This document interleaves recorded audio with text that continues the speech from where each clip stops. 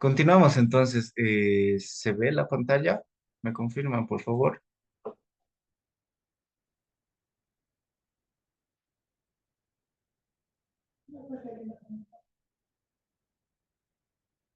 Hola,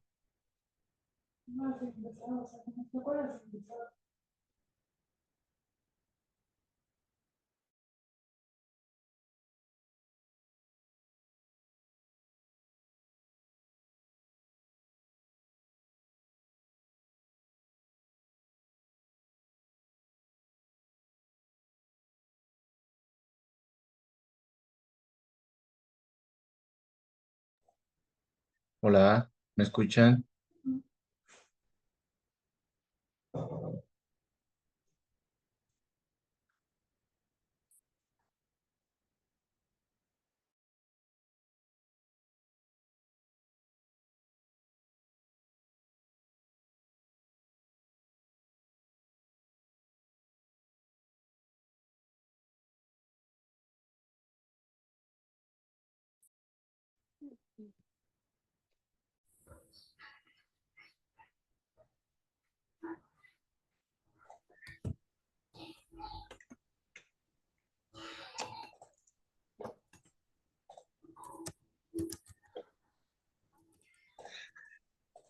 ¿Me confirman si se ve la pantalla, por favor?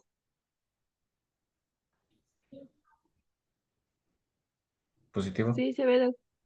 Bien, continuamos entonces. Estábamos en esto de lo que son las barreras del epitelio. Estas van a limitar lo que es la proliferación bacteriana, van a secretar ciertas sustancias que van a alterar la proliferación, uno, el crecimiento, la multiplicación de lo que es las bacterias, teniendo entre las principales lactoferrina, fibrinógeno, otros factores como son los macrófagos se van a encargar de la fagocitosis de estas bacterias, inmunoglobulinas que van a atacar igual el crecimiento, eh, van a ayudar a justamente evitar que esa infección prolifere. Ya habíamos hablado del SIRS, la respuesta inflamatoria sistémica que el paciente tiene a a una lesión, ¿no? Dentro de esto habíamos hablado que para clasificarla como sepsis tenemos que tener el SIRS más un proceso infeccioso, ¿sí? Entonces el SIRS comprende estos cuatro aspectos, más una infección, ya tenemos el dato de una sepsis. Para clasificarla como sepsis grave, habíamos comentado que tiene que estar presente la sepsis, que es la infección, más la respuesta inflamatoria sistémica, tornándose a sepsis grave cuando existe una lesión de un órgano. Hipoperfusión periférica puede verse afectado lo que es la tonicidad de los vasos. Oliguria puede verse afectado lo que es el riñón. El lactato es un marcador de laboratorio que nos va a indicar si se encuentra mayor a 2 la presencia o no de infección. Alteración a nivel del sistema nervioso central con alteración del sensorio, ¿no? En sus diferentes estadios o etapas, con alteración de lo que es el electroencefalograma. Trombopenia menor a 100.000 nos da datos de un proceso infeccioso que ya está en una etapa consumativa, es decir, está empezando a reducir la cantidad de celularidad en la sangre secundaria al proceso infeccioso. Coagulopatías, coagulación vascular diseminada, ¿no? Que nos indica también una lesión a nivel hepática secundaria a la infección. Síndrome de dificultad respiratoria aguda, pues acá nos indica que hay presencia de daño en el parénquima pulmonar. Disfunción cardíaca, esto puede ser secundario a una presencia de disminución en lo que es la bulimia, a una oliguria, puede ser secundario a una comorbilidad, puede ser secundario a la misma infección con presencia de vegetaciones en el corazón o presencia de afección directa de lo que es la infección a nivel cardíaco. El shock séptico, teníamos ya conversado que es la presencia de sepsis grave con sus acápites, más alteración de lo que es la perfusión sanguínea a nivel periférico con hipotensión arterial. Entonces, existe una hipotensión arterial, daño orgánico, infección, un shock séptico. Va a requerir presencia de fármacos como es la dopamina, noradrenalina, para mantener tensiones arteriales medias mayores a 60. ¿Cómo se causa el CIRS, la respuesta inflamatoria sistémica? Existen varias etiologías que nos van a causar esta respuesta inflamatoria, que no siempre quiere decir proceso infeccioso, solamente es la respuesta inflamatoria. El trauma, ¿no? Un traumatismo, un paciente apuñalado, un paciente con un accidente de tránsito, nos va a desencadenar el CIRS. No quiere decir que haya infección.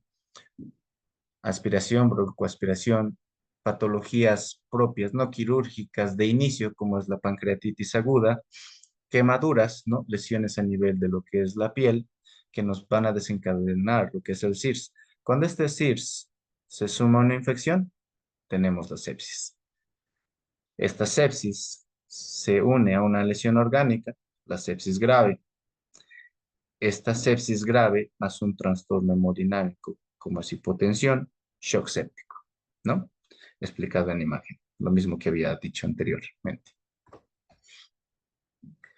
Ahora, ¿qué microorganismos podemos encontrar en lo que son las infecciones? Vamos a tener distintos según el sitio de la herida, ¿no? Y según los tipos de microorganismos que tenemos. Tenemos entonces bacterias, que son las clásicas, las que causan normalmente un 80-90% de las infecciones. Tenemos los virus, hongos y, en caso tal vez, parásitos también. Bacterias, estas las vamos a clasificar según la forma que tengan, según la agrupación que realicen entre sí, ¿no? Y tenemos distintos tipos entonces, en bastones, en cocos, tenemos según la reacción que tengan a lo que son las tensiones, gram positivos, gram negativos, ¿no? La mucosis, micosis, perdón, a nivel de la lengua. Los hongos son microorganismos, mm, ¿qué se podría decir? Que no causan la infección de forma directa. La inmunología o la inmunidad del paciente tiene que verse afectada, tiene que disminuir para que estos microorganismos puedan causar un proceso infeccioso. Es decir, que la inmunidad de este paciente se ha visto afectada para que este hongo haya producido esa infección. Esta imagen es de una lengua, pero existen infecciones por hongos directamente en la herida quirúrgica o en el sitio de la operación, o a nivel sistémico también. Infecciones por virus, virus que conocemos con mayor frecuencia, el Epstein-Barr, el virus del beso, el virus del VIH, la hepatitis B, la hepatitis C, ¿no? Que pueden estar presentes en un procedimiento quirúrgico y hay que tener bastante cuidado en el manejo de estos pacientes, tanto para el mismo paciente en cuanto a las reacciones que pueda tener o para cuidarnos nosotros, para evitar transmitirnos este tipo de infecciones, ¿no? Entonces, ¿cómo prevenimos y hacemos el tratamiento de estas infecciones? Existen principios generales en cuanto al manejo del paciente que son tan básicos como la esterilidad, la antisepsia, la asepsia, ¿no? El lavado de manos. En cuanto al personal que va a intervenir en el procedimiento quirúrgico, los antibióticos, como les había mencionado, acorde a si es de forma profiláctica o si es dirigida ya a un tratamiento. Si es profiláctico, sabemos que en este punto es para cirugías programadas, ¿no? Cirugías que nosotros estamos infligiendo una herida en la pared abdominal. Normalmente lo que vamos a hablar es de cirugías abdominales, ¿no? Donde tenemos gram positivos. Si nosotros ya sabemos o contamos con datos de la presencia de infección ya intraabdominal o en otras áreas, pues ya vamos a empezar a cubrir distintos tipos de familias de bacterias para el manejo de esa infección. En el monitoreo posoperatorio, nosotros ya podemos observar en este punto si existía o no la presencia de infección en el sitio quirúrgico y dependiente de qué órgano es o dependiente de qué lesión pueda ser, también vamos a dirigir lo que es los antibióticos. Tenemos entonces contaminación endógena, que es a nivel del sitio quirúrgico, en pacientes que no se hacen de forma adecuada lo que es la antisepsia, contaminación exógena, agua, ropa mal esterilizada, manejo no adecuado, ¿no? Puede llegar a causar eso de acá. Según el tipo de bacterias, puede ser polimicrobiana, ¿no? Que en realidad es la mayoría de las veces en las que se produce una infección, abarcando gram positivos, gram negativos y anaerobios. ¿Cómo clasificamos entonces estos patógenos? Según su tinción, según su morfología, lo que habíamos visto, ¿no? Si se encuentran en bastones, si son cocos, si son gram positivos, si se tiñen con neosilina, ¿no? Si son rojos, si son azules, según su patrón de división que presenten, si tienen o no la producción de esporas. Es- Esta tabla está en Schwartz. Este tema está más comprensible en el libro de Schwartz, lo pueden leer de ahí. Tenemos entonces, según esa clasificación, en gram positivos, que son los más frecuentes, gram negativos, donde tenemos sus principales exponentes, como es el estafilococo aureus en los gram positivos y los estreptococos. En los gram negativos, siempre como mayor exponencial, Escherichia coli. ¿No? Tenemos otros más, Pseudomonas, también muy frecuente, de acuerdo también eh, al área del hospital en donde nosotros estamos trabajando. Cinetobacter, Pseudomonas y demás en terapia intensiva, ¿no? Anaerobios, gram positivos, Clostridium, gram negativos, Bacteroides fragilis. Este Bacteroides fragilis es la bacteria más frecuente a nivel del apéndice. Y eso es pregunta de examen, es pregunta de internado, es pregunta de residencia. ¿Qué bacteria se encuentra en mayor proporción en una apendicitis aguda? ¿Ya? Otras bacterias que se pueden encontrar ya son bacterias eh, con su pared muy semejante a lo que es un hongo, como son las micobacterias, ¿no? La más frecuente, Mycobacterium tuberculosis. De los hongos, la principal, la Candida albicans, es el hongo más frecuente que se encuentra. Después podemos encontrar Aspergillus, no tan frecuente, Histoplasma, menos aún. Virus, lo que les mencionaba, el virus del Epstein-Barr, que es el virus del beso, la hepatitis, la que nos importa más a nosotros, B y C, por ser de transmisión sanguínea. La A, de transmisión vía oral, bueno, no muy frecuente. El virus del herpes simple puede causar alteraciones en la herida quirúrgica. El virus del VIH, que siempre lo tenemos que tener en cuenta. La clasificación de las heridas según el grado de contaminación ya lo habíamos repasado en anteriores clases, ¿no? Creo que es la tercera clase que la repasamos, entonces tienen que ponerle atención a esto. Ya estamos a días de su examen. Se llega a dividir entonces en limpia, limpia contaminada, contaminada y sucia, ¿no? Con sus índices esperados.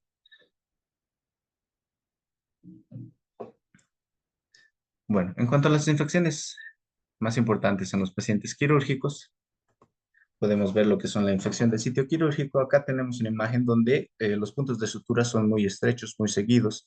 Los bordes de la herida quirúrgica están cabalgados. El proceso de cicatrización en este tipo de herida va a tardar mucho y es más frecuente que se produzcan infecciones. En este otro de acá observamos lo que es un estoma, ¿no? Normalmente estos ostomas son de colon, ¿no? Por resección del sigmoides. Podemos observar, este es el tejido del intestino. Estos cuatro puntos han presentado dehiscencia. Acá entre la piel y lo que es la mucosa del intestino vemos contenido fecal, 3 puntos que están agarrando al borde inferior y 3 puntos que están sueltos en el borde externo. Es decir, que a través de esta dehiscencia de puntos, que puede ser porque la herida en piel ha sido muy grande para el segmento abocado del intestino, produzca esta dehiscencia Y con la salida de heces fecales a través de esta herida entreabierta puede haber reingreso de este contenido a cavidad abdominal y causarnos infecciones ya intraabdominales, ¿no? Del tipo C, en órgano o cavidad. La neumonía posoperatoria, un cuadro que puede ser frecuente, secundario a una atelectasia que no se haya tratado. Las atelectasias normalmente es bueno hacer interconsultas con el equipo de fisioterapia para hacer lo que es la fisioterapia respiratoria, mejorar la expansión pulmonar y quitar o eliminar esa atelectasia que se haya presentado. En caso de no hacer eso, esas atelectasias se sobreinfectan, presentan después neumonías posoperatorias.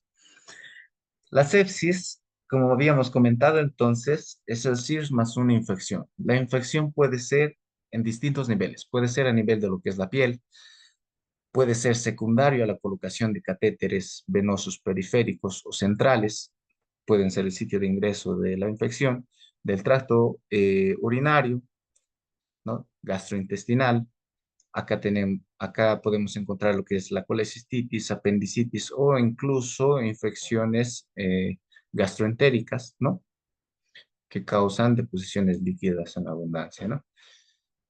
Neumonías o infecciones que afecten lo que es el sistema nervioso central. Esto para la división de lo que son las infecciones, como ya habíamos comentado, una infección superficial va a abarcar hasta lo que es el celular subcutáneo, la profunda va a afectar lo que son las fascias y los músculos. Ya la tercera clasificación puede afectar órganos o cavidades. En las afecciones intraabdominales, habíamos comentado también que los tipos de microorganismos van a depender según el segmento intestinal que sea afectado. Si tenemos estómago, normalmente tenemos gram positivos en baja cantidad, al igual que duodeno. Estos tres segmentos no llegan a tener altas cantidades de microorganismos, pero sí pueden llegar a tenerlos, ¿no? Pueden ser por reflujo, pueden ser colonizaciones accidentales, ¿no? Al menos de lo que es vías biliares. Esto por la acidez que se presenta en el medio interno, en la luz de lo que son estos órganos. Ya a partir de lo que es Y1 o Ilion, sí van aumentando y van cambiando la familia de microorganismos, de bacterias en este caso. En mayor cantidad vienen a ser gram negativos, aerobios, ya con tendencia a presencia de anaerobios, pero en menor cantidad que estas otras dos. En colon ya vamos a encontrar gram negativos, anaerobios estrictos, anaerobios facultativos, ¿no? En infecciones de lo que es el tracto urinario vamos a tener principalmente gram negativos. Como les indicaba, la principal bacteria que se puede encontrar a este nivel es la Escherichia coli, teniendo también infecciones oportunistas de acuerdo al estado inmune del paciente. Según la infección que se tenga, si no se maneja de forma adecuada y en pacientes con alteraciones inmunológicas, sí se puede presentar abscesos a nivel renal, ¿no? Como se ve en la imagen eh, representada a la izquierda o en la tomografía. Abscesos interasas o abscesos secundarios. Este es un absceso secundario a una apendicitis, es un absceso mm, periapendicular que puede estar también en interasas. De inicio, este tipo de abscesos es contenido, localizado en un punto. Si la respuesta inflamatoria del organismo es vencida por la infección, esta tiene tendencia a formar una infección generalizada, ¿no? Una peritonitis generalizada. Se puede tener también lo que son infecciones a nivel de lo que es el parénquima pulmonar.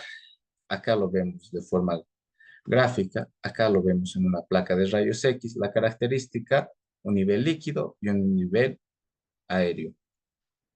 Entonces, la terminología real es niveles hidroaéreos. Infección a nivel de la pared abdominal. ¿Qué tipo de infección sería según la profundidad? ¿Quién sabe? Para que no se duerman, a ver, vamos a ver quiénes están. Keila,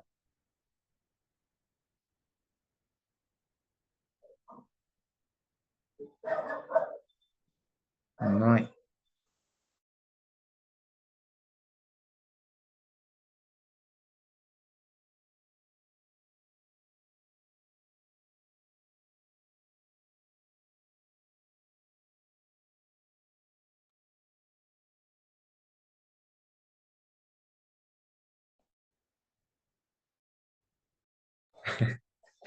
Ya. Entonces, es una infección profunda, ¿no? Recuerdan las superficiales hasta tejido celular, entonces hasta el tejido graso. La infección profunda vendría a afectar más allá de este tejido graso, afectando fascias y afectando músculos. Sí, acá podemos observar un poco de necrosis ya del tejido secundaria al proceso infeccioso, ¿no? En cuanto al manejo profiláctico de antibióticos, cuando no se tiene una certeza de la existencia de una infección, iniciamos de forma escalada, recuerdan, el uso de los antibióticos. Entonces, podemos utilizar cefalosporinas de primera generación, que es la que más se utiliza en realidad en la mayoría de las cirugías, lo que es la cefazolina. Habíamos comentado en la anterior clase la presencia o el uso, perdón, de este antibiótico, ¿no? Para la eliminación de lo que son microorganismos gram positivos, microorganismos que se encuentran en la flora microbiana normal de la piel. Y según se encuentre o no proceso infeccioso, pues podemos escalar, podemos aumentar antibióticos también, hacer terapéuticas combinadas, entre otros. ¿Qué nos va a guiar para lo que es el tratamiento? Según el origen de la infección, ya habíamos visto si es una infección a nivel gastrointestinal, si es una infección a nivel pulmonar, genitourinario, tiene sus bacterias con mayor predominancia en cada aparato, en cada tejido, ¿no? Entonces, según el origen, vamos a utilizar también los antibióticos adecuados. Comorbilidades que tenga el paciente, procesos reactivos, alergias, ¿no? Nos van a condicionar al uso de otros medicamentos, de esta forma cambiar los clásicos, no utilizar betalactámicos, usar macrólidos o qué sé yo, quinolonas, de acuerdo al paciente. Tipo de infección, ¿no? Si esta es una superficial, profunda o eh, de cavidades, ¿no? Para utilizar combinación de antibióticos. La severidad del cuadro no es lo mismo manejar una infección localizada en piel que una infección ya afectando lo que son cavidades. Si el paciente ya estaba consumiendo antibióticos, normalmente es lo que sucede en los hospitales públicos. Los pacientes ya llegan con tratamiento que ellos estaban realizando de forma qué sé yo, de forma tal vez preventiva o que ellos habían acudido a farmacias en donde se les ha recomendado esos antibióticos y ellos empiezan a tomarlos. Cuando ya tenemos microorganismos definidos, estos según cultivos que podamos tener de la secreción de las heridas y demás, ya tenemos estos microorganismos bien definidos, entonces el tratamiento ya va a ser más específico, ya dirigido a ese microorganismo. Disponibilidad de recursos, este es un limitante muy importante, pero más que todo en hospitales públicos o acorde a la economía, qué sé yo, a los ingresos del paciente. En el tratamiento de estas infecciones, necesitamos solicitar estudios en caso de que estas infecciones que presenta el paciente se encuentren en tejidos más profundos o en cavidades y demás para hacer un tratamiento adecuado. Si tenemos, como en esta imagen, la acumulación de un contenido líquido debajo de lo que es la piel, debajo de lo que es la aponeurosis, que hace semejanza a lo que es un absceso, debemos de drenar. Todos los abscesos tienen que ser drenados para poder ser curados y con eso Con un tratamiento antibiótico coadyuvante se va a eliminar esa infección. ¿Cuál es la característica de un absceso? Normalmente en la ecografía, cuando es líquido, se ve como acá, esta imagen más oscura, que es hipoecoica en realidad el término correcto, ¿no? Que tiene una transición entre hipo, iso a hiperecogénico, pero todo dentro de la misma cavidad. Esta es la característica que presenta un absceso, un contenido líquido purulento que necesita ser drenado. Tenemos esa imagen, ese paciente debe ser drenado. Acá ya tenemos el drenaje de esa cavidad. Podemos observar los bordes de la herida que no han tenido una adecuada cicatrización con presencia de natas de fibrina y sitios de infección y sitios de necrosis del tejido. Entonces, acá ingresa este otro punto, desbridar todo el tejido desvitalizado. Este tejido entre amarillento y blanco y demás son tejidos de necrosis secundaria a la infección que se ha producido por el acúmulo de pus en esa cavidad. Entonces se debe de retirar todo este tejido periférico para que el proceso de cicatrización inicie. Si no eliminamos toda esta infección, si no eliminamos todo este tejido necrótico, no va a cicatrizar eh, nunca, ni por más medicamentos que les des. Eliminar cuerpos extraños y eliminar la infección. Entonces, dentro de la cicatrización terciaria, recuerda, primero debemos eliminar la infección. Una vez que se inicia lo que es el proceso de granulación, recién podemos tratar de afrontar los bordes. Pero si no manejamos todo eso, entonces la cicatrización no se va a dar, la curación de esa herida tampoco. El cierre puede ser diferido 5 días después de haber realizado la primera curación, de haber realizado la debridación, pero esto va a variar acorde a cada paciente, a cada tipo de cirugía, al grado de infección que haya tenido la herida, ¿no? Y otras características propias. ¿Alguna pregunta?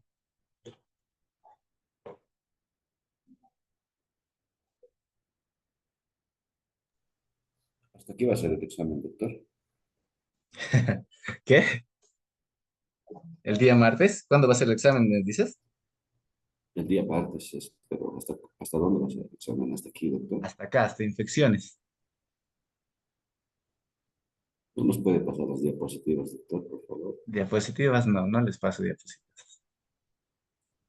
Pero de este tema ya lo tienen grabado, ¿no? Dios, no, Los por otros favor. temas no, ya les faltaría.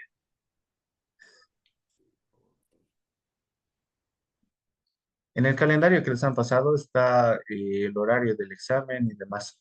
Yo voy a coordinar con el doctor Arandia para ver si paso ese día o si directamente recojo los exámenes. Yo lo voy a elaborar y les van a tomar el examen. ¿Listo? El día viernes de nuevo clases conmigo.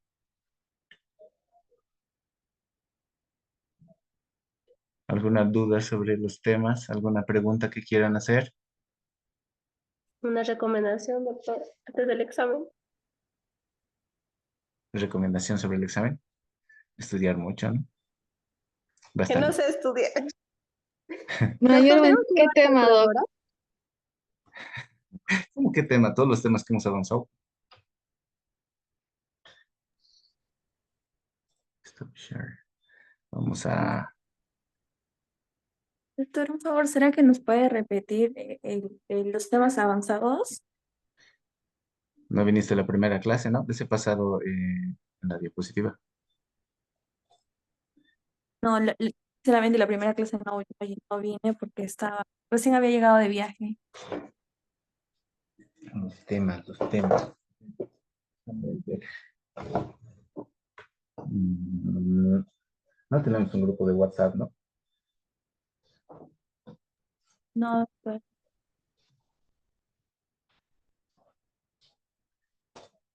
Aquí está. Ahorita les digo. Entonces, los temas que van a ingresar en el examen son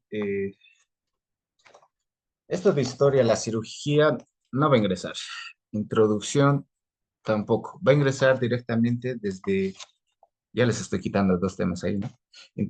Vamos a tener entonces líquidos electrolitos, parte de lo que es el desequilibrio ácido-base, respuesta inflamatoria al trauma, al metabolismo del trauma, cicatrización de heridas, infecciones quirúrgicas. Los temas grandes que hemos avanzado, ¿no? Se sigue grabando. ¿Cómo corto la grabación? Aquí estás.